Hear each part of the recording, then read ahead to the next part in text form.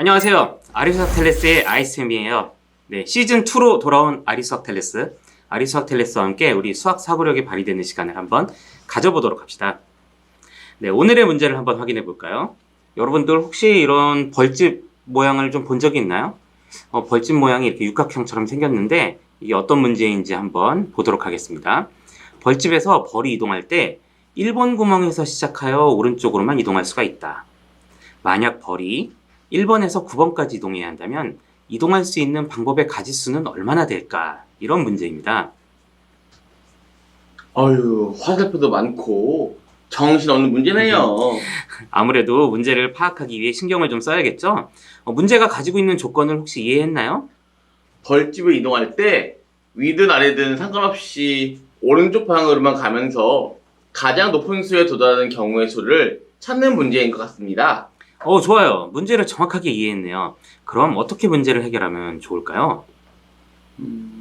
이런 문제는 역시 단순한 것부터 살펴보면서 규칙을 찾아봐야죠.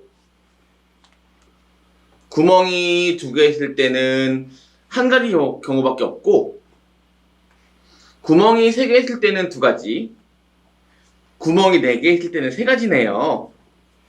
그럼 구멍이 5개 있을 때는 몇 가지일까요? 1, 2, 3으로 늘었으니 4개인 것 같기도. 잠시만요. 하나, 둘, 5가지네요? 혹시 이런 규칙을 예전에도 본 적이 있나요? 기억이 나는 것 같아요. 피보나치 수열이 이랬던 것 같습니다. 그래요. 그럼 혹시 피보나치 수열을 좀 설명해 볼 수 있을까요? 네, 앞에 두 수를 더한 것이 바로 다음 수가 되는 것입니다. 네, 맞습니다. 피보나치 수열에 대해서는 다른 영상들도 잘 설명하고 있으니까 이번에는 따로 설명하진 않겠어요. 근데 지금 포인트에서 가장 중요한 것은 어째서 피보나치 수열이 나타나는지 설명하는 것입니다. 어째서 그런지는 잘 모르겠어요. 우선 각각의 칸에 도달할 수 있는 경우의 수를 좀 생각해 보는 게 좋을 것 같아요. 우선 첫 번째 칸에서 시작하는 방법은 당연히 한 가지겠죠. 그리고 두 번째 칸으로 이동할 수 있는 방법도 한 가지뿐이에요. 첫 번째 칸에서 두 번째 칸으로 그냥 단순하게 가는 것뿐이니까요. 이제 세 번째 칸부터 좀 생각을 해봐야 되는데, 세 번째 칸으로 들어가는 방법은 첫 번째 칸을 거쳐서 가는 방법과 두 번째 칸을 거쳐서 가는 방법 있잖아요. 그러니까 이 두 군데에선 자연스럽게 이동하니까 두 군데에 있던 경우의 수를 합치게 되면 되죠. 그래서 한 가지와 한 가지가 더해져서 두 가지가 되는 거예요. 그 다음 칸으로 갈 때도 마찬가지입니다.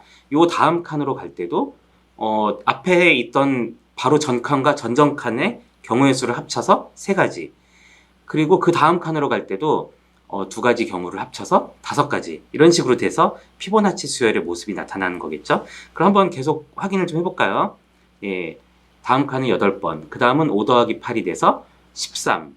그리고 그 다음은 13 더하기 8이 돼서 21. 그 다음은 13 더하기 21이 돼서 34. 이렇게 해서 최종적으로 34가지 경우가 있을 것입니다.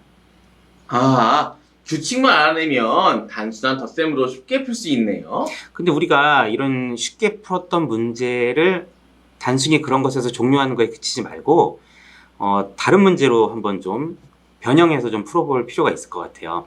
사실 이런 길찾기 문제도 같은 방법으로 해결할 수가 있습니다. 만약에 아까와 이건 사실 모양은 좀 달라 보이지만 사실 같은 문제거든요. 그래서 왼쪽 위에서 출발해서 오른쪽 방향 그리고 아래 방향으로만 이동하면서 아래까지 도착하는 이런 문제가 있다고 좀 생각을 해볼게요. 자, 그러면은 여기까지 가는 방법은 몇 가지일까 생각을 해보니까 당연히 한 가지죠. 여기까지 가는 방법도 그냥 직선으로 쭉 가는 거니까 당연히 한 가지가 될 테고, 이런 식으로 여기도 한 가지, 여기도 한 가지. 아래로만 내려가는 방법들도 각각의 지점이 한 가지 방법밖에 없어요. 그러니까 다시 돌아올 수가 없기 때문에.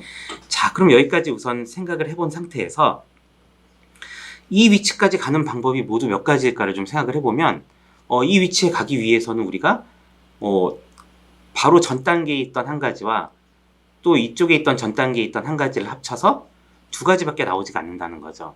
그래서 항상 아까 피보나치 수열이 나왔던 거를 좀 생각을 해보면 바로 전 단계와 전전 단계 아까 이야기했었잖아요. 아까 그 문제와 이 문제의 차이점은 이 문제는 피보나치 수열은 아니에요. 왜냐면은 아까는 전 단계와 전전 단계가 확실하게 구분이 됐지만 이 문제는 전 단계가 여러 개인 그런 상황인 거거든요. 그래서 전체적으로 살펴보게 되면은 이렇게 볼 수가 있어요. 자, 여기에 6이 나온 이유는 뭘까 생각해 보면은 요 6이라는 요 지점으로 도착하기 위해서는 요 3이라는 지점 두 개를 거칠 수밖에 없는 거잖아요. 그래서 이 두 가지의 경우가 합쳐져서 6이 나왔다. 그래서 아까 문제와 같은 문제이긴 하지만 이 문제는 어째서 피보나치 수열이 아니라 이런 전개가 될까? 이런 것도 좀 차이점을 좀 생각해 볼 필요가 있다. 그런 말씀을 좀 드릴게요.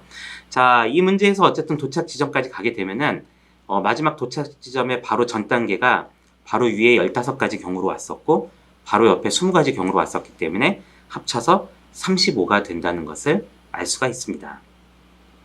자, 여러분 오늘도 아리수학텔레스와 함께 문제를 풀어보았습니다. 우리가 문제를 풀기 위해서 규칙을 찾아보는 것은 매우 중요한 일이에요.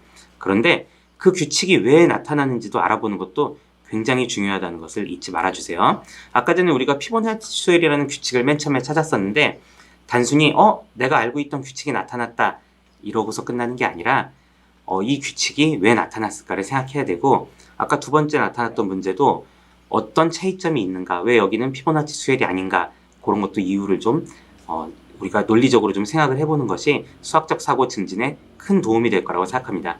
자, 오늘 영상이 여러분의 수학 라이프에 조금이라도 도움이 되었다면 구독과 좋아요를 부탁할게요. 그럼 다른 문제로 다시 찾아뵙겠습니다. 감사합니다.